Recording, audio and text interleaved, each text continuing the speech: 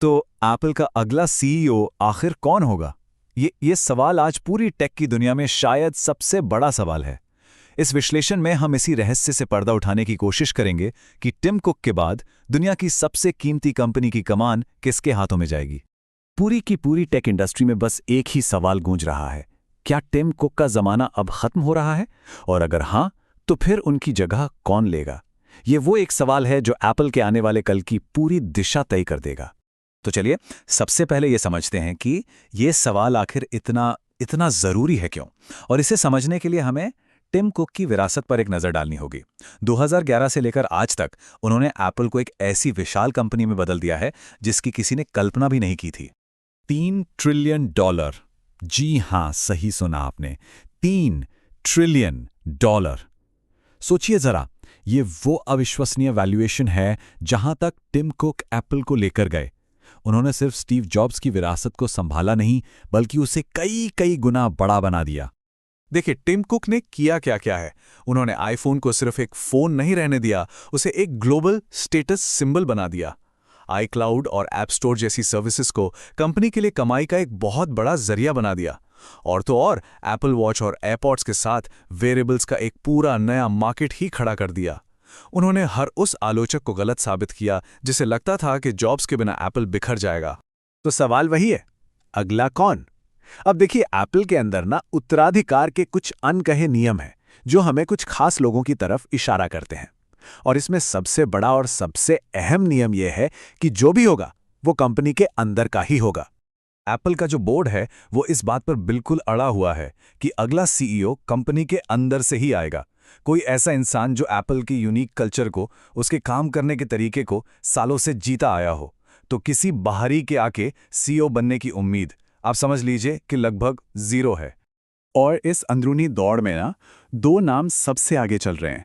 एक तरफ हैं जॉन टर्नर्स, जो हार्डवेयर इंजीनियरिंग के हेड हैं, और दूसरी तरफ हैं जेफ विलियम्स, कंपनी के सीईओ। ये एक तरह से तजुर्बे और लंबी पारी के बीच की टक्कर है। अब जो अंदर की खबरें हैं ना, उनके मुताबिक जॉन टर्न्स इस रेस में सबसे पॉपुलर कैंडिडेट माने जा रहे हैं। वजह, पहली तो उनकी उम्र करीब 50 साल, मतलब वो टिम कुक की तरह ही 10 से 15 साल की लंबी पारी खेल सकते हैं। दूसरी, वो कंपनी में बहुत पॉपुलर हैं और खुद टिम कुक उनकी तारीफ कर चुके हैं। और सबसे ज़रूरी, आईफोन हो, आईपैड हो या मैक, वो एप्पल के हर कोर प्रोडक्ट की रग रग से वाकिफ हैं। हाँ, लेकिन ऐसा भी नहीं है कि रेस सिर्फ इन्हीं दो लोगों के बीच है। पिक्चर में और भी कई बड़े खिलाड़ी हैं, जैसे कि सॉफ्टवेयर के जादूगर क्रेग फेडरिगी, एप्पल के कल्चर की आत्मा को संभालने वाली डिएड्रे ओब्रायन और मार्केटिंग के महारथी ग्रेग जोस्वियाक। ये सब भी एप्पल की लीडरशिप का एक बहुत ज़रूरी हिस्सा हैं। तो ये तो हो गई बात कि कौन अगला सीईओ बन सकता है, पर असली सवाल तो ये है कि जो भी इस कुर्सी पर बैठेगा उसके सामने चुनौतियां क्या होंगी। और यकीन मानिए, ये रास्ता बिल्कुल आसान नहीं होने वाला। एक बात तो साफ है, टिम कुक इतनी जल्दी कहीं नहीं जा रहे। माना जा रहा है कि वो कम से कम 2025 या शायद 2028 तक भी रुक सकते हैं। वो चाहते हैं कि उनकी विरासत में दो बड़ी चीजें शामिल हों। एक, एप्पल विजन प्रो के साथ स्पेशल कंप्यूटिंग का नया दौर शुरू करना, और दूसरा, एप्पल इंटेलिजेंस को एआई की इस जबरदस्त रेस में एक विजेता बनाना।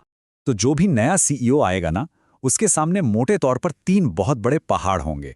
पहला, हर साल कुछ नया, कुछ कमाल का इनोवेशन भी करना है और साथ ही कंपनी के रिकॉर्ड तोड़ मुनाफे को भी बनाए रखना है। दूसरा, सप्लाई चेन के लिए चीन पर जो निर्भरता है उसे कम करना। और तीसरा, एआई की रेस को जीतना, और वो भी एप्पल के प्राइवेसी के वादे को तोड़े बिना। अब इस पूरी कहानी को थोड़ा भारत के नजरिए से देखते हैं। आखिर एप्पल के इस लीडरशिप बदलाव का भारत के लिए क्या मतलब है? और ये बहुत जरूरी है, क्योंकि भारत अब एप्पल के लिए एक छोटा मोटा बाजार नहीं रहा। याद कीजिए, टिम कुक ने खुद आके मुंबई और दिल्ली में पहले ऑफिशियल एप्पल स्टोर खोले थे। मेक इन इंडिया को भी एप्पल जोर शोर से सपोर्ट कर रहा है। अब जैसे जैसे अमेरिका और चीन के बीच तनाव बढ़ रहा है, ये तय माना जा रहा है कि जो भी अगला सीईओ होगा वो भारत जैसे बाजारों को और भी ज्यादा तवज्जो देगा। तो आखिर में एक बहुत जरूरी बात समझनी होगी, एप्पल का भविष्य ना किसी एक इंसान के हाथ में नहीं है। इस कंपनी की असली ताकत इसके लीडर में नहीं, बल्कि इसके पूरे के पूरे सिस्टम में है। असल में एप्पल की असली ताकत कोई एक सीईओ नहीं, बल्कि वो पूरा सिस्टम है। वो इकोसिस्टम है जो सालों में तैयार हुआ है। इसे स्टीव जॉब्स ने बनाया था और टिम कुक ने इसे और मजबूत किया। और जॉन टर्नर्स जैसे युवा लीडर्स का सामने आना ये दिखाता है कि एप्पल अपनी अगली पीढ़ी को बहुत पहले से तैयार कर रहा है। तो सीईओ कोई भी बने, जेफ विलियम्स या जॉन टर्नर्स या कोई और, सबसे बड़ी जिम्मेदारी यही होगी कि वो एप्पल के डीएनए, उसके मूल मंत्र थिंक डिफरेंट को जिंदा रखे, क्योंकि यही वो सोच है जो एप्पल को एप्पल बनाती है।